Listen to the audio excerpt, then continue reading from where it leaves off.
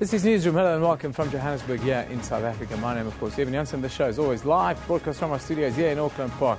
Don't forget, we're also live on YouTube right now, where the whole show is always available on demand on our YouTube channel. Now, today, we get a response from OUTA after the new e-tolls dispensation came into effect yesterday. Service delivery came under the spotlight in the Northern Cape, had a special summit there this week. We look at consumer debt and we ask, are South Africans prepared to change their spending patterns? Later, we look at the Durban July sports with Julian Dillahunt, and we close with Paul Monario who talks drought, fog and heat waves. But first, here is the day's news with Anine Doma.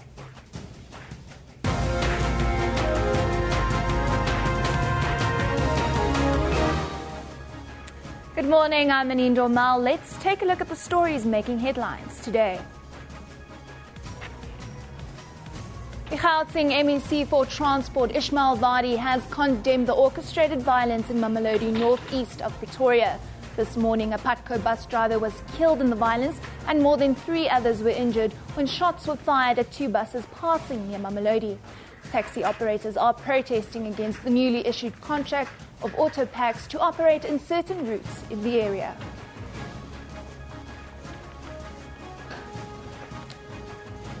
The situation in Lesotho will be under the spotlight again today. SADC leaders are expected to hold an extraordinary meeting in Pretoria to discuss the country's increasingly volatile situation. This as Lesotho's coalition government is adamant that there's no crisis in the Mountain Kingdom, but says it will cooperate fully with concerned regional leaders. The National Prosecuting Authority says it will file its papers in the spy tapes case this morning. The NPA is the final party to submit heads of argument. The Democratic Alliance is seeking a review of the NPA's decision to withdraw criminal charges against President Jacob Zuma. The party will ask the High Court in Pretoria to set a court date once the papers are filed. Home Affairs says the requirement for unabridged certificates to be produced when minors travel will stay in place. The ministry met child advocacy groups yesterday, a month after new visa regulations were introduced. The requirement that children must travel with unabridged birth certificates is not going to be changed. But what we can change are the administrative modalities which will make it easy and convenient.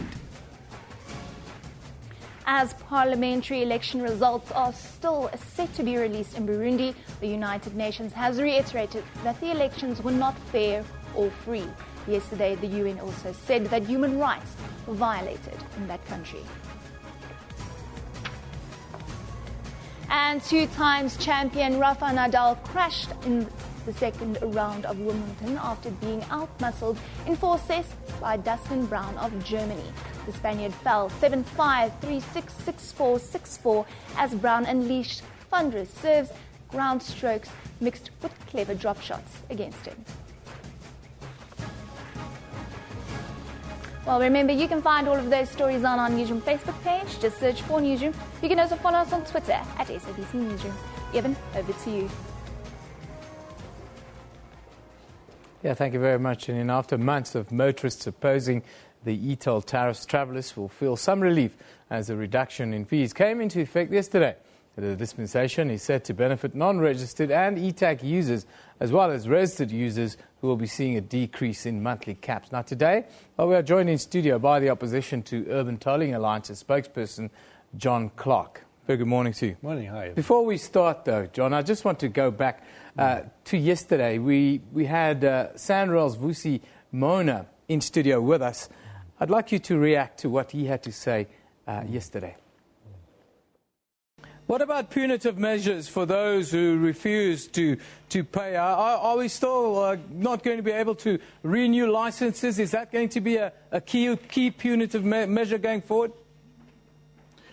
Well, the legal framework around that is still being developed by the Department of Transport. But we must accept that in a constitutional democracy where we all claim to uphold the rule of law, if we break the law, there has to be consequences. Now, there are some who say we are threatening people. They don't like the fact that there will be punitive measures. But, there'll be total anarchy in society if those who break the law can do so willy-nilly without facing any consequences. So, yes, there will be consequences because people would basically be breaking the law. Well, that was yesterday. Now I've got John Clark, the spokesperson for ATA, with me today. What's your response to that? Well, I just hope that the Cabinet was listening carefully to what Vusi Mona was saying in the light of the al-Bashir drama. I couldn't agree with Vusi more on that respect. And I think what we're seeing here is a crisis of legitimacy of the state. And you can force people to submit if you're a legitimate state and are respected. But you can still never force them to cooperate. Open road tolling presupposes an open willingness of enrollment and commitment to the system. They have not got that. Even with the Gauteng Freeway, the e-toll review panel, they did not succeed in enrolling people to be committed to the system. And it's a great tragedy that they went so much all that way to show what people felt, and then the conclusions that have been drawn from it by government have basically said, we're going back to the same old thing.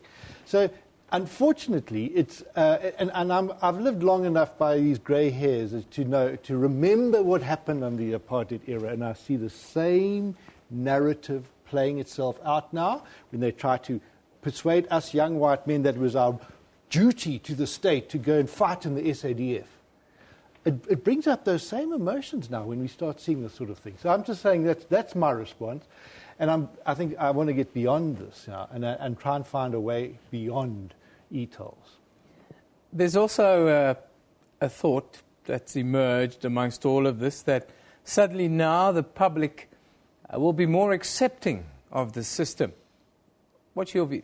Well, they won't. Once you start unpacking it, you think that this is actually a dispensation. It's actually, as Wayne puts it, a desperation. If you look at it, they actually haven't really reduced the tariff. All they're doing is they're making it look better. I use that lovely metaphor. It's mutton dressed up as lamb with a bit of garnish and kind of mint sauce. I'm afraid it's still mutton. And I think until there's an acknowledgement on government side to say, okay, what can we do to learn our lessons from this? Let's go back to the drawing board. And look what I've got with me today, Wayne Duvernay's book, which will be released next week, The E-Toll Saga, A Journey from CEO to Civil Activist.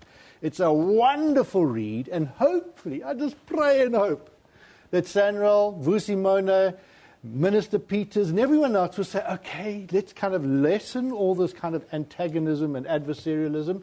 Let's take a deep breath and say, how can we really make some lemonade out of this bitter lemon? How can we really constructively re-engage with our critics, left, right, and centre? And I promise you, I'd love people, even Vusi Mona, to be as critical as he likes about this Wayne's book. And if there's substance to the criticism, boy, we will wear that. And I want to see that, we've got so far, we can't keep going down this one-way street. Let's talk about compliance quickly and talk about the functionality of the system that we see on screen now. How much or what percentage of compliance do we need to make this system successful, and where do we sit now? Well, if you look at ordinary tolling on the sort of boom up and down thing, you've got 100% compliance. We estimate that if there were a way for people bypassing those toll booths, if it got from even 5% of people avoiding paying those tolls, the people that would start getting resentful. Yeah. So you're talking about somewhere in the 90s for something to work on this system. At the moment, it's somewhere pathetically down to around 30%. Now, so 70% of people are using this. And what you want for a system like this is to have the compliant people being part of a social pressure to say to the non-compliant, hey, come on board. And if I have to say it also to characterize this thing as being saying it's not entirely the fault of Sanral that people are not being compliant. It's a larger socio-political context. It's a Nkandla. It's all these other things which are happening. And, of course, people are seeing this as open road tolling is an open invitation for those of us who are concerned citizens who want to see this country working to say we are not going to pay our e-tolls as a protest against a perceived injustice by the state at large. There's certain historical context with regards to payment, billing and so forth. What is your advice to people who've been incorrectly billed? There's a lot of bills have been going out. I've been one of those who've received a 25,000 Rand bill, even though I live 2 minutes away from my workplace, which is something that I don't understand. If you've been incorrectly billed, how do you take that process forward? I think you take that bill and you go to the public protector or the consumer and say, you know who has also been incorrectly billed? The entire country by the collusion and price fixing that happened when the whole e-toll Gauteng Freeway Improvement Project was done in the first place. Wayne explains that in his book about how, as we got into the whole e-toll saga, it emerged that there was this question of this collusion and price fixing and tendering. We've now got some retired engineers and people with a bit of expertise to start getting some estimate as to what that quantum is. And we come in somewhere around 7 billion rands overcharged. So who's been incorrectly billed? So as far as I'm concerned, this incorrect billing of my e-toll bill is small fry compared, and it's not just incorrect billing, it's dishonest billing. And what has SANRAL done about it? Nothing. Nothing. And they have to go and deal, because there's an odious debt component in this whole thing, which, getting back again to the apartheid era, in my experience, that becomes a moral hazard to the whole rationale, ethical rationale to having it in the first place. So, and all I can say was happening at Eben, it's going to spread. People are now going to get fed up with paying tolls in the existing routes, that boom up and down thing. Yeah. There have been issues about tolling in KZN, in the Eastern Cape, the Wild Coast Toll Road, in the Western Cape. What SANRAL is doing is actually creating a sort of a space for public protest to kind of mushroom. And I suppose I should thank them for that, although I don't want to, because it pains me as somebody, as a social worker who's worked for many years with rural communities who desperately need better roads and infrastructure. And SANRAL has got massive capacity and expertise. Now, I don't want to see that gone either. So we do not see SANRAL as the enemy.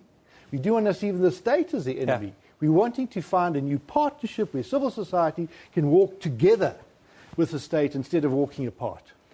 Well, John, we've run out of time, unfortunately. Thank you for joining us today. That's the spokesperson for the opposition to Urban Tolling Alliance in response to Vusi Mona, who visited the show yesterday. But here are some of your views. Let's take a look at what something's not right. He's saying, SANRAL e-toll, why are you charging registered e-tag users higher tariffs if the new dispensation was supposed to be better for everyone? Johan says, so SANRAL uses the traffic notice boards to advertise new e-toll rates instead of traffic. Now we know why. No, they do actually work, says Johan. Hosi Malahlela says, so Eskom will be getting 23 billion Rand from our tax money, and they still want to milk us dry by increasing the electricity tariff, e-toll, and the rest. G says, I have to pay 650 Rand for e-toll. Those are just some of the views of people that are not very happy with us. What are your views? At SABC Newsroom, that's where you can send your contributions. Now, service delivery is high on the agenda at the 2-day Northern Cape Local Government Summit, currently underway in Kimberley. Government officials are making representations on how best they can deliver services to the communities. The summit, held under the theme Back to Basics, was also to remind councillors about the commitments they made to the people when they were elected during the last local government election campaign. The Northern Cape province has had its fair share of service delivery protests in areas like Ridderpan, Lorato Park, Campbell and Uppington. Now, from the SABC's Kimberley studio, we are joined by the Deputy Minister of Cooperative Governance and Traditional Affairs, Mr. Andrew Snell. Very good morning to you, Mr. Minister. Thank you for joining us. Very good morning, and thank you very much for the opportunity. Mr. Nell, what's the importance of this summit, and tell us, what are you hoping to get out of it? Well, we're very, very excited about the summit. It's part of the Back to Basics approach that was adopted at the Presidential Local Government Summit in September of last year. At that summit, we took stock of the state of local government in our country, and we came to the conclusion that roughly 1/3 of our 278 municipalities are functioning very well. 1/3 are functioning okay, but need to improve. And 1/3 of our municipalities, quite frankly, are dysfunctional. And we said that in that back to basics approach, we need to help that bottom 1/3 of municipalities out of a state of dysfunctionality to help them to be able to serve our people in the way that the Constitution says they must be served. And in doing that, we want municipalities to focus on 5 key pillars of the back to basics approach. Putting people first, making sure that we involve residents actively in the processes of our municipalities, that we report back to them consistently, that structures such as ward committees function in the way that they do. Secondly, that we deliver a basic basket of services consistently. And where there are interruptions in those services, we consult and we inform the community as to what we're doing to set that right. Thirdly, that we must practice sound financial management in all of our municipalities. Fourthly, that we practice good governance, that our council structures meet and function in the way that the Constitution and the law says they should.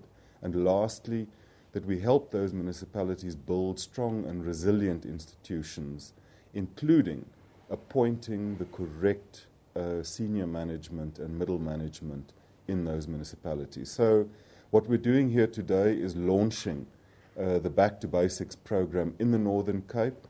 When we say launch, we don't mean that the work is starting only now. Work has been carrying on for some time now. We've established a joint national and provincial Back to Basics team that is focusing in on especially those dysfunctional municipalities in the Northern Cape. Mr. Minister, implementation, of course, always is the sticky point within these scenarios. The outcomes of this summit, do you have a kind of time frame that you want to implement this? Are you looking at a time frame to implement this? Well, I think maybe just to start off by saying, you know, we take it for granted that local government has been around forever. The reality is it hasn't. Local government as we know it today has been with us since the year 2000. So local government is comparatively young, 15 years. We're still building many of those institutions. Our focus at this stage is really to get that bottom third of dysfunctional municipalities into a state of functionality. And I think since the Back to Basics approach has kicked in, we have started seeing improvements already. If, for example, you look at this year's Auditor General report on the state of municipal finances, we see a very steady trend towards improvement. Out of the 335 municipalities and municipal entities, 100 of them improved their audit outcomes. So we've reached that tipping point now where more than 50% of our municipalities are getting unqualified audits. And I think importantly, that out of the 315 billion rand that is spent by local government, 76% of that amount is spent in municipalities that are getting unqualified audits. So we are seeing signs of improvement, but we're also aware that many municipalities still face huge problems. We know that, for example, 50 out of our 278 municipalities got disclaimers for their audit outcomes. Now, that's just not good. It's just not good enough. And we're saying that we will work with municipalities, we'll support them, but a consistent failure will have to result in some consequences. The Northern Cape is a province that I think is beset by very stark socioeconomic challenges. It's a vast province. It has a relatively small population. The distances are huge. The economic activity in many of those municipalities is relatively small. So we understand those challenges. We're willing to work with the province to help them get the municipalities functioning in the way that they should. Thank you, Mr. Minister. Thank you for joining us today. That's the Deputy Minister of Cooperative Governance and Traditional Affairs, Mr. Andrew Snell, coming to you live from our studios in Kimberley. We're talking, of course, about the local government summit that's going on in that province today. Now, let's move on and take a look at our pick of the day. This one comes from Rob Byrne, and it's captioned, Pretoria, #Mamelodi, Solomon Mahlangu Drive, taxi protest continues over bus services, autopacks. Of course, one bus driver have now been killed in that protest as shots have been fired at buses there in the early hours of this morning. Let's take a look at our tweet of the day. It comes from Graham Stewart, and he says, once you hijack a truck, you are no longer protesting. You are simply a criminal, and the police should deal with you. Talking about Mamelodi and taxi police violence. Yes, that is the sentiments, I think, of all sober-minded South Africans this morning. Let's now take a look at the front pages from around the globe. We start in Europe. The Times reports that two-time Wimbledon champion Rafael Nadal made an early exit for the fourth year in a row as he was outplayed by qualifier Dustin Brown on centre court there. In Washington, D.C., across the pond, the Post says in the blockbuster $18.7 billion oil spill settlement unveiled yesterday between the U.S. government and oil company BP gave the Justice Department what it wanted, the biggest environmental fine ever levied against the corporation. And in China, the South China Morning Post, Hong Kong's record heat's likely to stay on the boil. After what is considered the hottest June in a century, the city saw temperatures reaching 33 degrees and above. Global warming, tell you. Let's take a look at what's happening around the country today. We start in Marikana in the northwest where the EFF say they will lay charges against senior government officials for their alleged role in the Marikana massacre. This following the release of the Marikana report last week. The party says it will lay criminal charges against Deputy President Cyril Ramaphosa, former Police Minister Natin Tetwa, National Police Commissioner Ria Piecha, and former Northwest Police Commissioner Ziki Swembombo. Then, in the Plettenberg Bay Magistrates Court, that's in the Southern Cape, will today decide whether to grant bail to a 42-year-old teacher who's accused of sexually assaulting a minor. Time for us to take a break. You're watching Newsroom here on SABC News.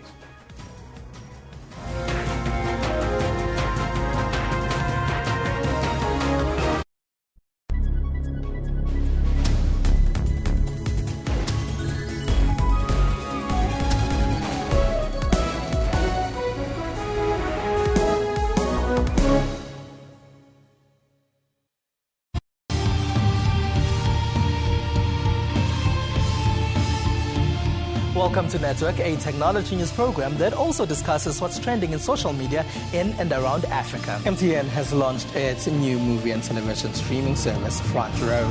If it's trending, we will find it. That's Network with me, Spumela Zondi, every Sunday at 7:30 p.m. only on the SABC News Channel.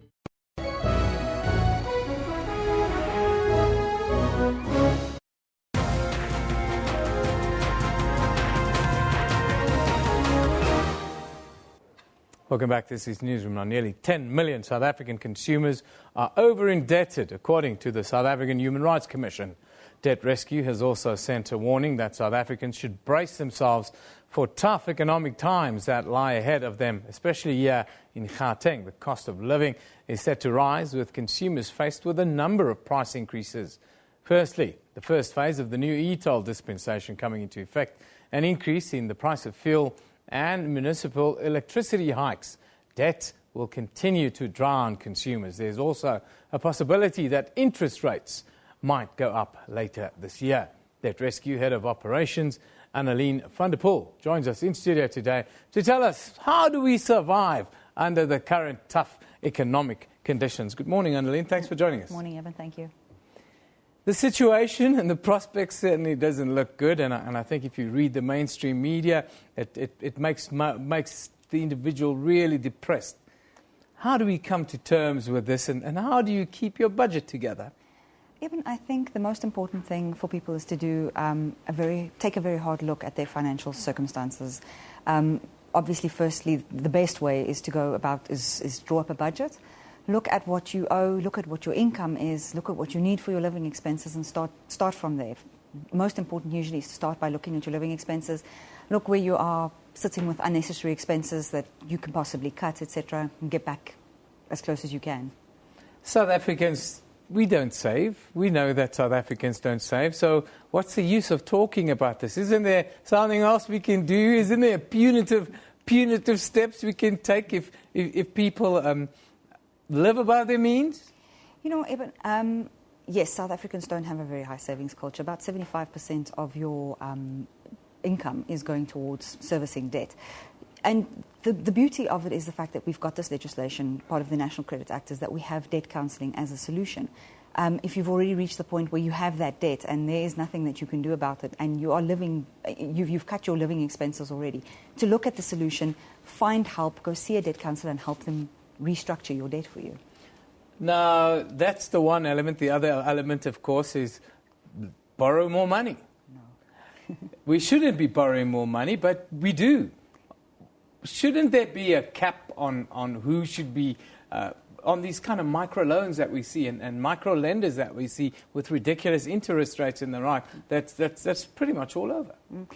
I think it's very important to understand that obviously the National Credit Act has very set guidelines if you become, how you become a registered credit provider, and then obviously what the caps are that you're allowed to charge, such as your interest rates, etc. And then going along with that are affordability assessments. Affordability assessments now being done by the credit providers are very crucial. They need to clearly check whether you can afford the debt that they want to grant to you. How do you save? Give us advice. What percentage should we look from our earnings to put away for that rainy day, or is it a question of let's save whatever we can? I think for most people it is save whatever you can. The guideline has always been try and save 10% of your net salary and try and put that to one side. But for the vast majority, that is an impossible factor, is putting such a percentage away. So, for some people it would be a question of putting 100 Rand away a month is going to have a huge potentially impact, firstly, whether you can afford it, and secondly, how you can apply it. Now, with so much pressure on families and individuals, so much negative press, we see there's an interest rate hike coming, which is really going to hurt people who are in debt, especially those who have bonds and so forth. What's your advice to those people who are looking down the barrel of another interest rate hike on top of the electricity hikes, on petrol hikes and whatever else is coming? I think the best advice I can give is if you are already sitting at that point where you are over indebted and you cannot afford to repay the debt that you have, don't wait until you hit a point where legal action starts being taken. Rather take the positive step of finding help in the form of debt counselling and having your debt restructured. That's why the specialists are there at the end of the day. That's why Debt Rescue is specifically there to sit and assist consumers and make sure that we protect their assets and help them to still have money to be able to pay their essential living expenses each month. Well, Annalene, thank you for joining us today and giving us, I don't know if it's good news, but giving us the news with regards to our spending habits here in South Africa. We do live above our means in this country. It's just the way it is, unfortunately. Save 100 Rand a month if you can. Save whatever you can. I don't know. I'm having that same problem. Thank you, Annalene. Thank you. Thank you very much. I blame my wife, though. Anyhow, the biggest horse racing event, the Durban July, starts tomorrow when patrons of the Durban July think fashion. And this year's theme, the captain's table demands the best in cruise couture. Here are some of the comments that's floating about on social media. Durban July on my mind, says attorney M.A. Okafor. I can't wait to get going tonight. Good morning, peace lovers. Thank you. It's the weekend. Let's get moving. Durban July, says Urban Deutsche. Before you Durban July or July vibes, remember your fridge will still be a reality when the July is over. Thank you. Annalene is just giving us save the money this weekend. And some of my friends down in Cape Town who are heavy punters, please guys, keep it tidy when you place your bets on the July. Let's not spend all our money. It's payday week, as they say. Exotic Outfits is ready, and I can smell Durban's beautiful breeze blowing so gently, says Kayalihle Kumalo. Yes, the weather's always beautiful down there, isn't it, this time of year? Natalia Zondo says, interested to see the fashion at work tomorrow for the Durban July theme day. Well, I'm not really a fashionista anymore. I'm more interested in the horses that are going to be running. Yes, it's all systems go for the annual 2015 Vodacom Durban July Handicap. That's tomorrow, 4th of July at Greyville Racecourse. The event has become a vital draw card for the coastal city's hospitality industry, with more than 50,000 people expected to show up for South Africa's premier fun-filled horse race. Now, to tell us about the build-up to the event, we are joined by Gold Circle's event and marketing manager, Ken Tweedle. A very good morning to you, Ken. Thank you for joining us. Hello. Ken, what can visitors expect this weekend? All the fanfare once again? Well, I think just correct, it's Kevin Woolwood from Bloodstock South Africa. And we are a step back from the July. We are the company that sells the horses that will be the future July champions of tomorrow. So that is tied into the big day, the July day tomorrow. And we have our sale at Sun Coast. And we sell the horses that hopefully will be tomorrow's July champions. Well, I apologize. We've got our guests back to front in Durban. Ken was supposed to be ahead of you there. But tell us about the horses, training methods and the like ahead of a big day such as tomorrow. Well, you know, once horses are sold at the sale, they're normally sold as yearlings. They then go into training and start running at 2 or 3 as they get older. And generally, for the July, they are the top horses. They are horses that have won their fair share of races. Gold Circle make the final decision as to who gets into the race. But the horses, the training fees can vary anything up to 10,000, 12,000 rand a month. You've got vets fees. So it's not an inexpensive sport. Yeah, it's the sport of kings, isn't it? Now, Louis the King, the Summer Cup hero, came through this process. Tell us your sort of picks for tomorrow for the race itself, and then the horses that came through this process, the annual sale, or as it were. Yeah. Well, Louis the King, first of all, he was bought on our sale. Well, he wasn't even sold in the ring. He was led out, and in the car park, the breeder, the Alchemy, and Jeff Woodruff got together, and they decided on a price. And he was sold for 55,000 rand, and he became only the second South African Triple Crown winner and the Grade 1 Summer Cup winner. So he's by far our most successful graduate, and he won in excess of 5 million rand in stakes. As for tomorrow's race, there are a number of horses who have gone through various sales that will be in the July. The 3 that I like are Legal Eagle, Majmu, and Punta Arenas. Legal Eagle, you say? Well, I'm an amateur punter, so I'm going to keep that one. I'm going to keep in mind. But before I let you go, Kevin, just, you know, there's always controversy around this thing. You dealing with the breeders and so forth, and I'm sure with trainers and the like. There's always a talk ahead of big races. The conspiracy theorists talk about training methods, especially steroids. How is this managed now within the South African racing fraternity? Oh, well, it's very well managed. The National Horse Racing Authority is the regulator of the sport, and they will test various horses during the day, and in the big races they test quite a few of the horses to ensure that no steroids or illegal substances are used. So we comply with the highest standards worldwide to ensure that this doesn't happen. Well, Kevin, thank you very much for joining us. All the best there with the yearling sale, and all the best with the race tomorrow. I hope that... just give us those horses again. You said Legal Eagle and 2 more? Majmu. From the Mike de Kock stable. Yeah.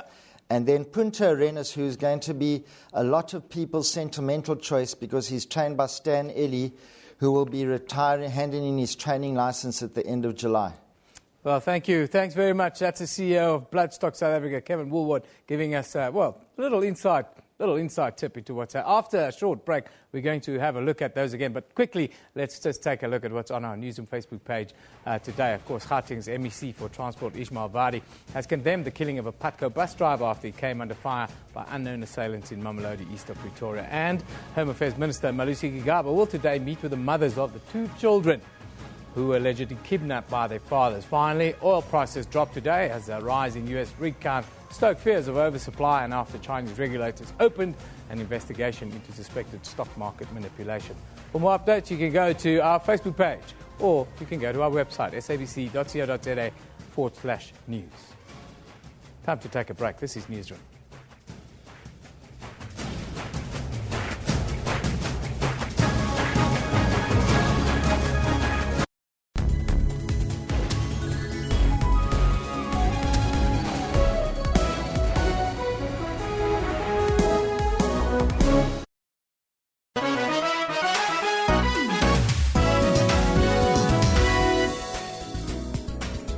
Your World makes it its business every evening to round up the leading local stories and international news to keep you informed all the time. Make a date with Your World every evening for all the news headlines around the world to keep you abreast with knowledge. Catch Your World for headlines across the world every Monday to Friday from 9 p.m, then Saturday and Sunday from 7 p.m.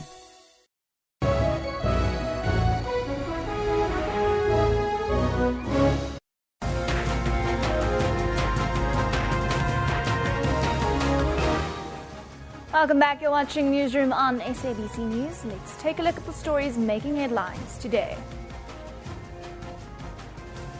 The situation in Mamelodi, east of Pretoria, seems to have calmed down this morning. This after Autopax announced they are not going to let their buses run in the area today. Gauteng MEC for Transport, Ismail Vadi, has condemned the orchestrated violence that has left one Patco bus driver dead. Taxi operators are protesting against the newly issued contract of Autopax to operate in certain routes in the area. SADC leaders are expected to hold an extraordinary meeting in Pretoria to discuss Lesotho's increasingly violent situation. This as Lesotho's coalition government is adamant that there's no crisis in the Mountain Kingdom, but says it will cooperate fully with concerned regional leaders. And as parliamentary election results are still set to be released in Burundi, the United Nations has reiterated that the elections were not fair or free. Well, remember, you can find all of those stories on our Newsroom Facebook page. Just search for SABC Newsroom. You can also follow us on Twitter at SABC Newsroom. Eben, back to you. Yeah, thank you very much, Janine. It's time now for us to take our weekly look at sport. And joining me today, to look at the psyche of top athletes and teams is Eye-to-Eye partner Julian Delahunt. Morning, Julian. Thanks for joining us again. Morning, Eben. Good to be here again. Yeah. Interesting week. We've had the Bok announcement. We've had the Proteas leaving. We've got Bafana. Let's talk about the Bok's squad announcement first.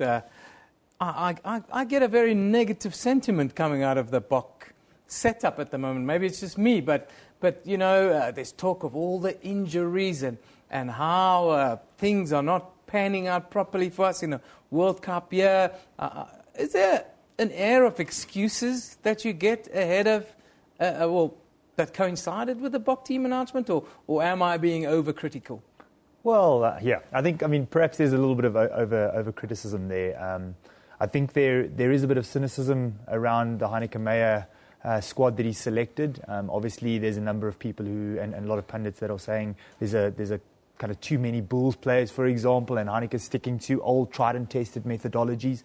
If you look at the performance of the South African teams, as we've spoken about last week in the Super 15 this season, it hasn't been fantastic. There's probably cause for a bit of concern there. I think the silver lining for me remains that of Heineke's starting lineup for most of the World Cup games, the bulk of those guys will be coming from international, from their clubs in Europe and around the world. You know, where there's talk of a Jacques Fourie and a whole bunch of guys making comebacks. So, you know, Fourie de Pree is injured, but you know, the big names, the Mornay Steins, the Ruan Pienaars, who've been playing big club rugby and playing in finals in Europe. You know, those guys won't have the heartache and the disappointment of the season Super 15 results. So, you know, there is some real positive news there. There's five games, 5.5 games if you count the World 15 game before we get to the World Cup. Is that enough time for you to bring all these injured players back into the fold? Even the captain, there are quite a few others, experienced guys, well into their 30s. Is there enough time to bring them back to peak performance, both mentally and physically? I think mentally won't be too much of a problem, specifically with experienced players. The Victor Matfields of the world have been there, they've done that. However, from an injury perspective, depending on how severe the injury is, you know, I think there's going to be a couple of those fringe players who may not necessarily make the trip out to the UK. And I think in the week I heard, you know, they're talking about the guys who haven't necessarily made this 49-man squad, who still stand in contention to potentially make the World Cup squad. So, you know, as long as you're on Heineke and his management team's radar, you need to, I guess, constantly be mentally preparing yourself to be expecting that phone call. Now, you talk about the Bulls here. We see the Bulls playing against the Rebels in this year's Super 15. They haven't had the greatest of seasons, but most of their players are in the box setup. How does that pan out at a World Cup? Well, again, you know, we always talk about consistency and we talk about momentum. Now, Heineke Meyer is a man and he's got a coaching staff that revel on consistency. He knows what he's got in his best players, and obviously he needs to now mix that with some youth. And there's been some really good talent that's put their hands up during the Super 15 to be counted. And I think we might see one or two nice surprises in the build-up to the World Cup, which, as you kind of rightfully say, is only 5.5 games away to the first game of the World Cup. But it's all about well-timed moments of excellence, and we'll need to spend a lot of time. Maybe it's a blessing in disguise that we don't have two teams playing in the final as New Zealand have tomorrow.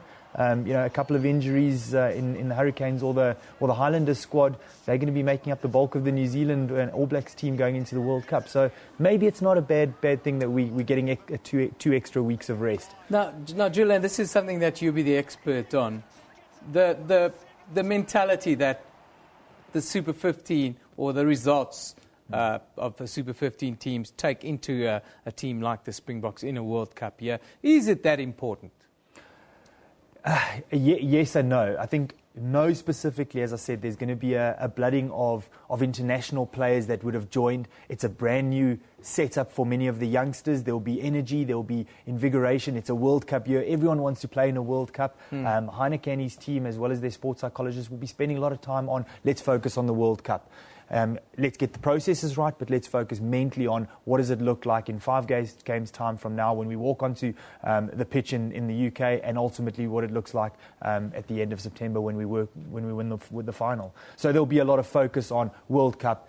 The season would have been forgotten. Everyone there is geared for one. Have got one vision and one purpose, inspirational purpose. Yeah. Let's quickly talk about Bafana before you go, Julian. Building a winning culture, is that the premise of where this team is at? Is it about building a winning culture and winning over the hearts and minds of the public again? Yeah, absolutely. I think Bafana need to string together a consistent flow of winning performances, and more so, they need to start winning internationally, you know, on foreign soil. So, you know, we spoke last week about it's not a big tournament. Mauritius isn't a big footballing nation. The importance is we need to go and win in Mauritius. We need to win consistently. We need to grow that team culture, a winning mentality. We often talk about building neurological pathways of winning, building resilience in these foreign countries, that when we get to Chan, you know, in the next African Cup of Nations, that this team has been galvanized through some of their difficult times, but also they know they can win on international soil when the odds are stacked against them. How do they win back the hearts and minds of the people? Is it as simple as just winning? No, most definitely not. They as I said, they need to put some good performances together, but the nation's not just looking for some good performances. They want to see some consistent names appearing over and over, and I think they want to see guys who go out there and really wear their hearts on their sleeve. Guys who are passionate about the brand and about South Africa and about Bafana again, who would do whatever they can to win for the country. Julian, I hope that you are right, and I hope that we get it right, because it seems as if Bafana is a little bit in peril and losing some support. But thank you for joining us. That's, of course, eye-to-eye partner Julian Delahunt, a man who knows all about the psychology of sport. What does it take to perform at the very, very top level? It's not as easy as it always looks on the small screen, and we're all experts, aren't we? Thanks, Julian. Cheers. Thanks, you. Now, two-time Wimbledon champion Rafael Nadal made an early exit for the fourth year in a row as he was outplayed by qualifier Dustin Brown on centre court in London yesterday. That's at Wimbledon. Some of your views on that. Dustin Brown, good job winning against Nadal, says Lola Allen. Yes, all the ladies were crying at Wimbledon yesterday because Rafael Nadal is out. Sorry to see Nadal gone, but bravo to Dustin Brown for playing an amazing match, says Judy Norton. Anush Datta says, can't believe Dustin Brown slammed Rafael Nadal. Haven't seen a more composed player. I love the fact that he had a massive tattoo of his dad on the side of his chest. Amazing picture. So today we'll close by looking at extreme climate conditions, such as droughts in southern Africa and heat waves in Europe. Well, they've taken center stage in news headlines all over the world in recent time. These natural events, as they say, are usually linked to climate change that have led us to serious social and economic consequences, not just on the continent, but across the globe. Now, Paul Tsietsi Monari is here with us to discuss these events and their impacts. Now, Paul, I want to start with the droughts because we did a whole thing here on Newsroom early in the week with the sugar industry in peril down in KwaZulu-Natal because of drought. Isn't there enough water in KwaZulu-Natal? Well, technically there's supposed to be a lot of water there because we've got some of the largest water bodies there and some of the most permanent water bodies in KwaZulu-Natal. But now it's being struck by, rainfall shortages. And that's basically, the thing about drought is it also takes a long time to measure, and the severity is quite difficult to measure as well. And if you think about it, how it's been happening or how it's been playing down is from about June 1960, maybe the time you were born, 1960, till July 2004. We've had about eight sort of drought episodes where there's been rainfall. The summer rainfall has been way below normal. And when that happens, you get situations like this where it lasts on into the next season because it takes so long to actually recover. Our rainy seasons are just about 6 months during the summer. And if those 6 months do not come with the rain, what about the other 6 months that are dry? That means a whole year of, no rainfall or below par rainfall, and that leads to these droughts that we're now experiencing. Paul, you always have to take it into the gutter with me and make it personal. I don't know why. Let me make it. What's happening at the Durban July tomorrow? Is going to rain there? Yeah, well, it looks like it's going to be nice and warm. Temperatures will go as high as, I'll quickly jump into Durban. Yes. It will go as high as about 27 degrees, which is pretty good. And Durban is always nice and hot. There we go. Yeah, well, 26 is 24. The maximum. But then the horses would have run already because that's Sunday. Yeah. Right. But Saturday, max 25. The weather works like this. The next day depends on the day before. So you see, if Sunday is going to be 26, it means Saturday is the build-up to the warming up. Yeah. Okay. But the horses will have enough water. I think everybody will be fine. Legal Eagle, my horse. Legal Eagle is I think there's also Futura or something like that. Yeah, Much Moo, the Mike the Cock horse is the one that they're talking about. But those are not doing Paul, so great. You don't look like a punter to me. No, you don't look not. Like a punter. Nah. Your horse would still be running on Monday if we had to come through with it.